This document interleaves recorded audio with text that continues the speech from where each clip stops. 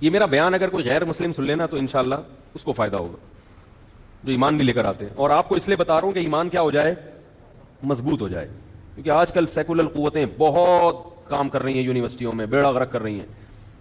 دوسری دلیل کی کتنی قسمیں ہیں؟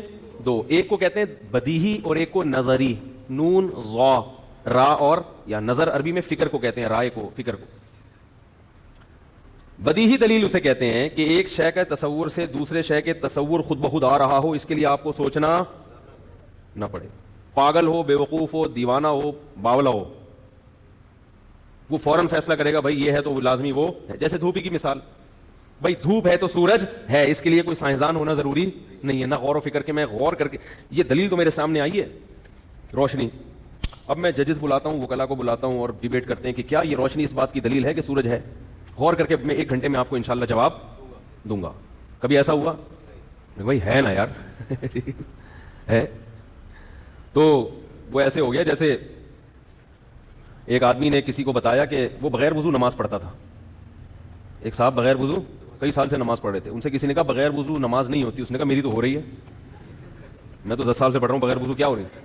تو ان کی نظر میں بھی یہ کیا تھی؟ بدیہی. بھائی ہو رہی ہے، میں پڑھ کے دیکھ رہا ہوں. ان کا خیال تھا ہونا اسے کہتے ہیں کہ بھائی رکوع کرو تو رکوع میں چلے جاؤ، کھڑے ہو جاؤ سجدہ کر لو تو یہی ہونا ہے. ٹھیک ہے، تو یہ بھی ایک قسم ہے. خیر، بدیہی کا مطلب یہ تو ایک لطیفہ تھا کہ بالکل واضح طور پر آپ کہیں کہ بھائی یعنی دلیل سے فوراً دماغ مدلول کی طرف چلا جائے. دلیل کی دوسری قسم ہے نظری. نظری کا مطلب تھوڑا سا دماغ استعمال. نظری کا مطلب وہ دلیل جو 100% مدلول کی طرف لے کر جائے، 100%، لیکن اس میں تھوڑا سا سوچنا پڑتا ہے، غور کرنا پڑتا ہے. غور کیے بغیر آپ وہاں تک نہیں پہنچ سکتے. جیسے اللہ کا وجود یا اللہ کی توحید، یہ دلیل نظری ہے بدیہی کی طرح، مگر حقیقت میں کیا ہے؟ نظری. اس میں تھوڑا سوچنا پڑتا ہے، تبھی امتحان ہے. بدیہی میں امتحان نہیں ہوتا. امتحان کس میں ہوتا ہے؟ نظری میں. تبھی قرآن جگہ جگہ کہہ رہا ہے ان فی خلق السماوات والارض واختلاف اللیل والنہار لآیات لأولی الالباب الذین یتفکرون فی خلق السماوات والارض. زمین اور آسمان کی پیدائش میں، دن اور رات کے بدلنے میں بڑی بڑی نشانیاں ہیں عقل مندوں کے لیے جو آسمانوں اور زمین کی پیدائش میں تفکر کرتے ہیں، غور و فکر کرتے ہیں. یہ نہیں فرمایا یفکرون، فکر کرتے ہیں. یتفکرون ایک لفظ ہے فکر اور ایک ہے تفکر. فکر کا معنی غور کرنا، تفکر کا معنی خوب تسلی سے تمیز سے بیٹھ کے صغرے کبرے ملا کے تسلی سے غور کرنا.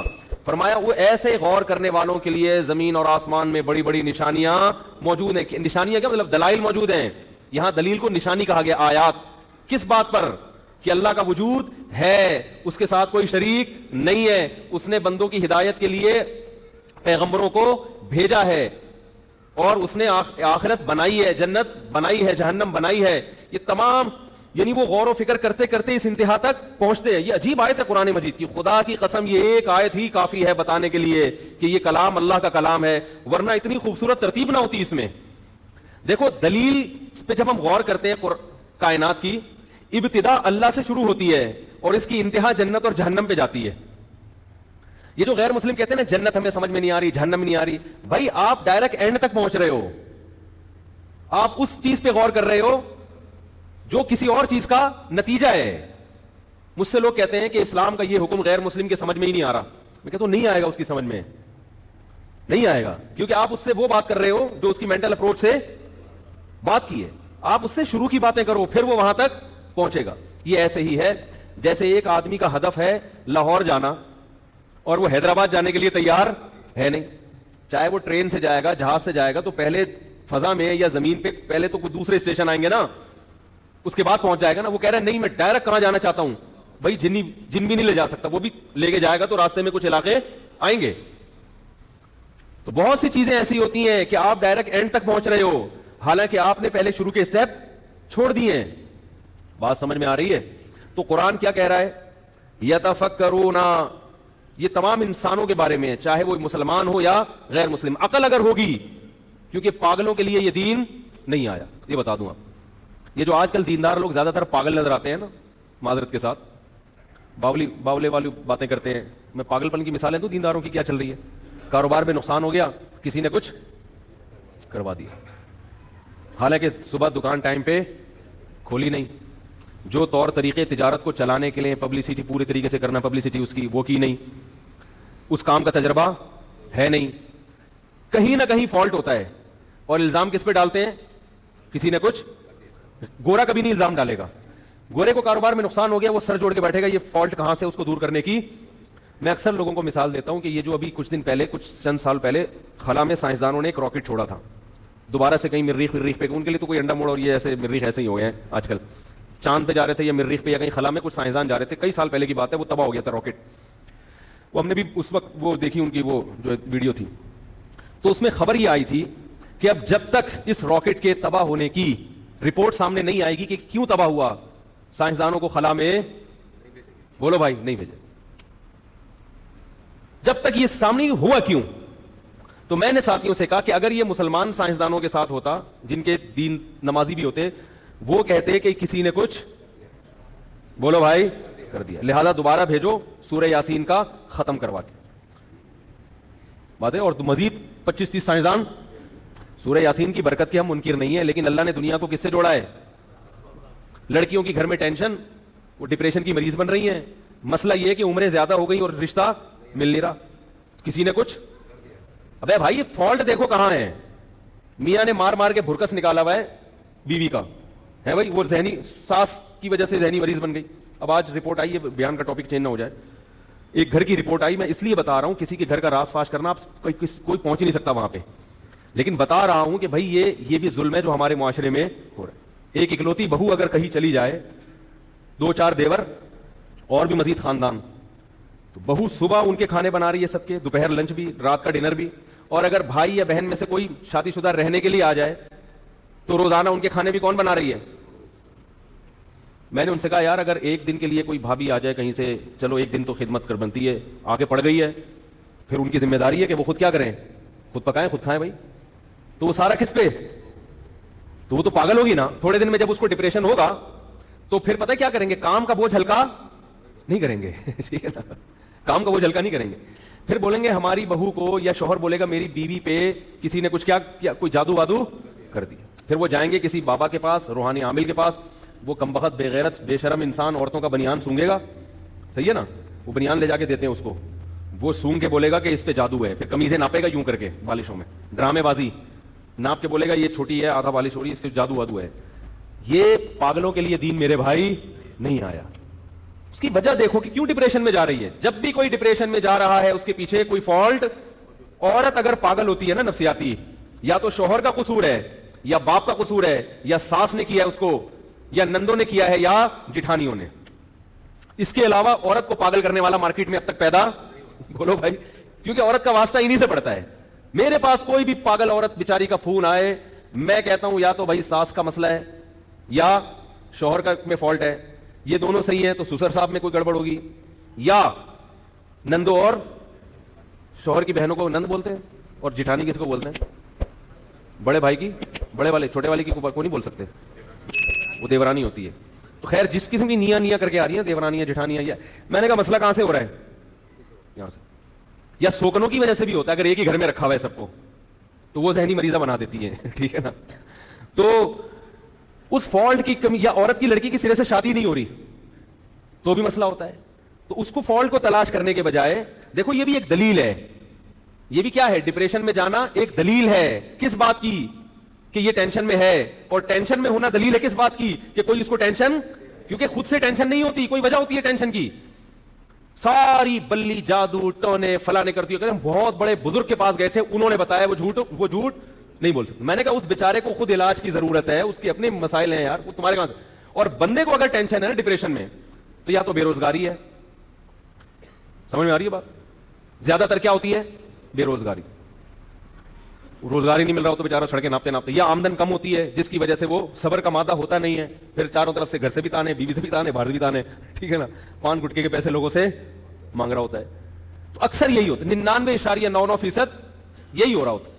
لیکن ہم لوگ تو, اس لیے میں کہتا ہوں کہ میرے بھائی یہ دین جو نازل ہوا ہے, قرآن کیا کہہ رہا ہے, لآیات لأولی الالباب, عقل والوں کے لیے ہے, پاگلوں بے وقوفوں کے لیے نہیں ہے.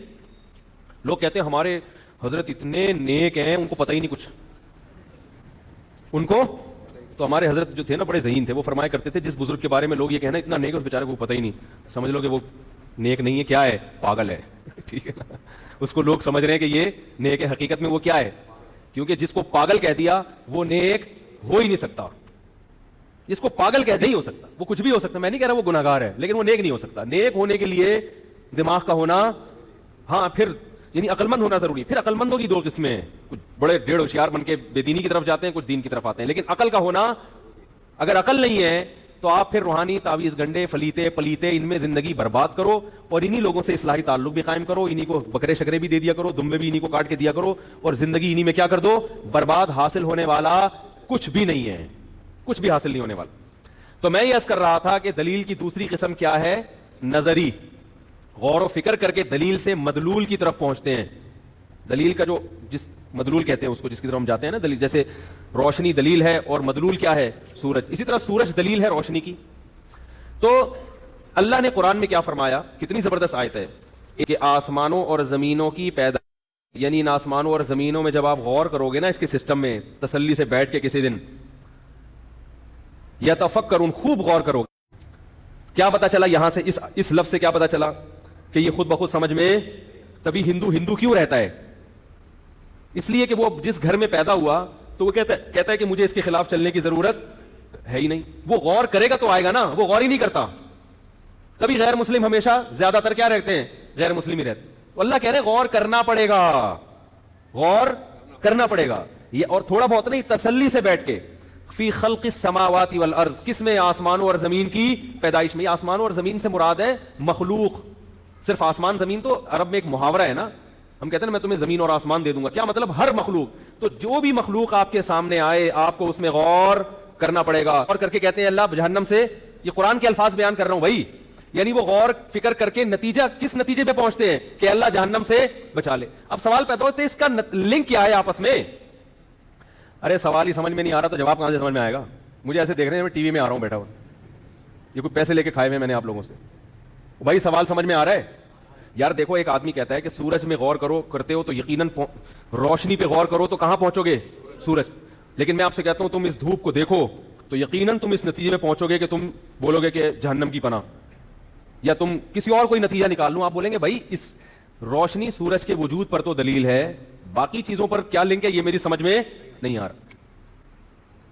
لیکن اللہ کیا کہہ رہے ہیں, یہ آسمان اور زمین میں غور کرتے ہیں اور غور کر کے کیا کہتے ہیں, اے اللہ ہمیں جہنم کی آگ سے بچا لے. اب کوئی اگر تفسیر اخپل طریقے سے پڑھے ترجمہ تو وہ اس عقدے کو حل نہیں کر سکتے کہ یار یہ یہاں سے یہاں کیسے. اصل میں قرآن نے بتایا ہے کہ جس ترتیب سے غور کریں گے نا تو نتیجہ کہاں تک نکلے گا, بولو بھائی, اس اسٹیپ تک خود بخود پہنچیں گے. غور کرنا تو شروع کرو, غور کرو گے تو بالآخر تمہاری آواز یہی ہوگی, تمہارے منہ سے یہ دعا نکلے گی, اے اللہ ہمیں جہنم کی آگ سے بچا لے. کیسے, پہلے اس کائنات پہ غور کرو گے تو تمہارا دماغ جائے گا یہ خود بخود نہیں بنی, اس کو یقیناً کسی نے بنایا ہے. پھر اگلا سوال جب اس پہ بھی غور کیا, تفکرون ہے نا, خوب غور, خوب غور, تو پھر سوال پھر مزید غور کرو گے تو کہے گا جب کسی نے بنایا ہے تو بلا وجہ بنایا ہے یا کسی وجہ سے.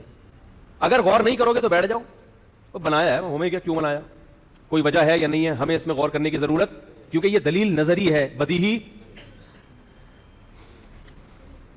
یار کوئی بم وغیرہ رکھا ہوا ہے تو بتا دو یار, مجھے دے دو. نہ پولیس سے ڈر رہے ہو, نہ آرمی سے ڈر رہے ہو, نہ رینجر سے ڈر رہے ہو, اب تو بم سے ہی ڈرو گے. دیکھو پہلا اسٹیپ کیا ہے ان کے غور و فکر کا, کہ وہ غور کرتے ہیں یقیناً کسی نے اس کائنات کو, یہاں تک تو پہنچیں گے نا, بریکیں نہیں لگیں گی. کچھ لوگ تو یہاں تک پہنچے ہی نہیں, انہوں نے کہا ہمیں کیا ضرورت ہے, ہم فری تھنکر ہیں. ایسے لوگ بھی مارکیٹ میں ہیں, کہہ رہے ہیں ہمیں کچھ نہ, ہم اللہ کے وجود کے قائل اور نہ ہم اس کے. ابھی تک تو ہمیں ایسے سیکولر لوگوں سے, یہ ایتھیسٹ لوگوں سے واسطہ پڑ رہا تھا نا, جو اللہ کا باقاعدہ انکار کرتے ہیں. جب انکار کرتے ہیں تو ان کو انکار پر دلائل دینے پڑتے ہیں نا.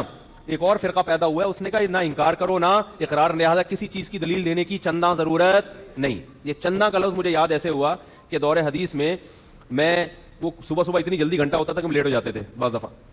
تو ایک دن میں دو تین دفعہ ایسا ہو گیا, میں لیٹ ہوا تو میرے استاذ نے مجھ سے فرمایا آپ کو آنے کی چندہ ضرورت نہیں ہے. ٹھیک ہے نا, آپ کو اب سبق میں آنے کی چندہ ضرورت نہیں ہے. تو مجھے ان کے الفاظ اتنے اچھے لگے کہ مجھے یہ لفظ یاد رہ گیا.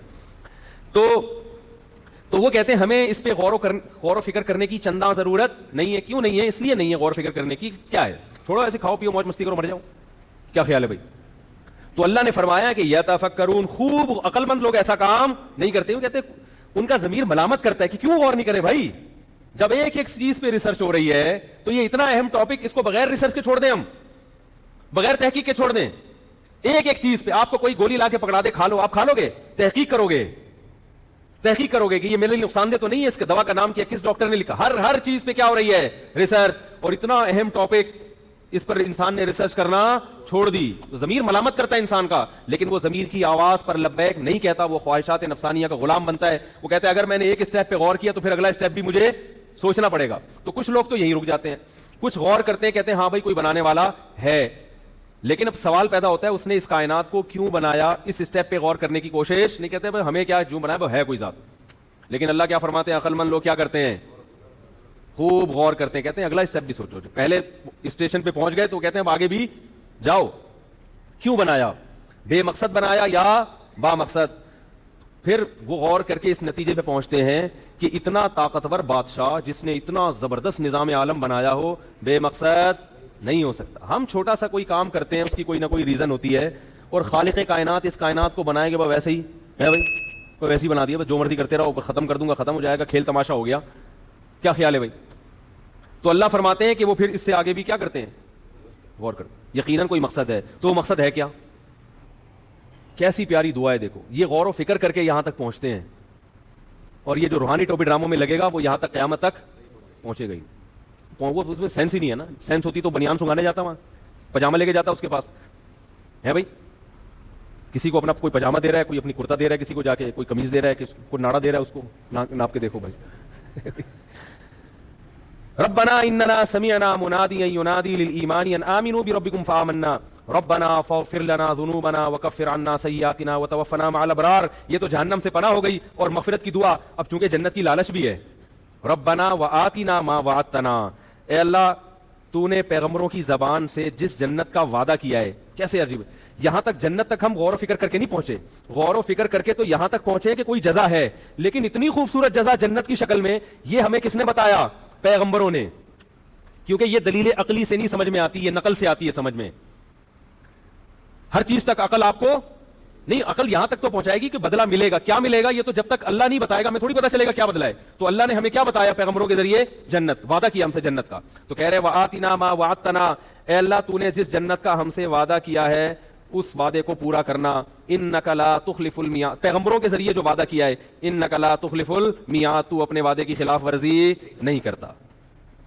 حالانکہ پتہ ہے کہ وعدے کی خلاف ورزی نہیں, لیکن اللہ فرماتے ہیں ان کی کیفیات جنت کی لالچ میں ایسی ہو جاتی ہیں کہ اللہ کو خود بتا رہے ہوتے ہیں اللہ کی صفات, کہ اللہ ہمیں پتہ ہے کہ تو وعدے کی خلاف ورزی نہیں کرتا, لہذا ہم جو محنت کر رہے ہیں تو واقعی خلاف ورزی نہ کرنا اور ہمیں وہ جنت عطا کرنا. آگے اللہ نے کیا فرمایا؟ فاستجاب لهم ربهم, فرمایا ان کے رب نے ان کی دعا کو قبول کر لیا. فاستجاب, فار بھی میں آتا ہے فوراً کوئی کام, فرمایا ہو گئی قبول. وہ کیا دعا قبول ہے؟ انی لا اضیع عمل عامل منکم, کوئی بھی عمل کرے گا, کتنا چھوٹا سا عمل کیوں نہ ہو, عامل پر بھی تنوین, کوئی بھی عمل کرے گا اور کیسا ہی عمل کیوں نہ ہو, نیک عمل, تو میں اس کے اجر کو ضائع نہیں کروں. من ذکر او انثی, چاہے مرد ہو یا عورت. حالانکہ اس وضاحت کی ضرورت نہیں تھی, جب کوئی بھی عمل تو مرد اور عورت آ گیا نا, تو ممکن ہے کوئی شیطان کسی کے ذہن میں وسوسہ ڈال دیتا عورت کے ذہن میں, تو اس لیے اللہ نے اور کلیریفیکیشن کر دی کہ چاہے مرد ہو یا عورت, کوئی بھی ذرا سا بھی نیک عمل کرے گا تو میں اس کو ضائع نہیں کروں گا. بعضکم من بعض, فرمایا ایک ہی دوسرے کی جنس میں سے ہو. کیونکہ یہ اس لیے وضاحت کی قرآن نے کہ بہت سے مذاہب اس وقت دنیا میں ایسے تھے جو عورت کو کسی کھاتے میں لاتے ہی نہیں, وہ کہتے تو مرد کے لیے پیدا ہوئی ہے, اس کی اپنی کوئی لائف ہے ہی نہیں. تو اس لیے اللہ نے فرمایا کہ بعضکم من بعض, تم سب ایک دوسرے کی جنس میں سے ہو, یعنی وہ بھی, تم بھی انسان ہو تو وہ بھی کیا ہے, انسان. اس میں جاہلیت کے جو دعوے تھے ان کی کیا کر دی, اس کو بھی آزمائش کے لیے پیدا کیا ہے, تمہیں بھی آزمائش کے لیے پیدا کیا ہے. تو کتنی زبردست آیات ہیں, دنیا میں کوئی ایسا شخص نہیں ہے جو اللہ کی طرف منسوب کر کے ایسا کلام پیش کرے. تو اس کو کیا کہتے ہیں؟ دلیل نظری. یہ جو قرآن میں یہ جو آتا ہے نا سورہ ملک میں کہ آخرت میں وہ یہ کہیں گے لو کننا نسمع او نعقل, اے اللہ اگر ہم سنتے یا سمجھتے تو جہنم میں نہ جاتے. تو یہ اللہ نے سمجھنے والوں کے حالات بھی بیان کر دیے جو کائنات میں غور کرتے ہیں, اور سننے والے بھی کہ وہ کیا کہتے ہیں کہ اے اللہ ہم نے ایک منادی کو پکارتے ہوئے سنا اپنے کانوں سے، چاہے براہ راست یا بالواسطہ، ہم نے سنا کہ وہ کہہ رہا تھا رب پہ ایمان لے آؤ، تو ہم نے وہ سن کے کیا کر لیا، ہم نے ان کی دعوت کو قبول کر لیا. تو پتہ چلا یہ سنتے بھی ہیں اور غور بھی کرتے ہیں، عقل سے کام بھی لیتے ہیں. اسی کو علماء کہتے ہیں دلیل عقلی بھی ہوتی ہے اور کبھی نقلی بھی ہوتی ہے. نقلی سے وہ جعلی والی نہیں، نقل کرتے ہوئے آ رہی ہو. تو یہ ہے قرآن کی دعوت، یہ ہے قرآن کا پیغام.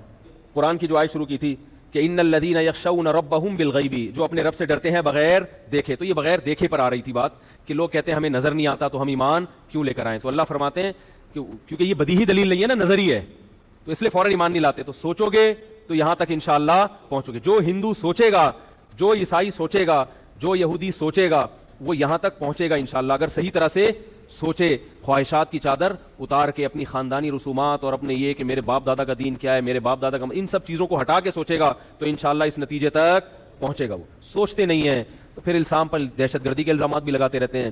کبھی یہ کہتے ہیں اسلام یہ کہہ رہا ہے، کبھی یہ کہتے ہیں اسلام یہ کہہ رہا ہے. Mufti Tariq Masood Clips.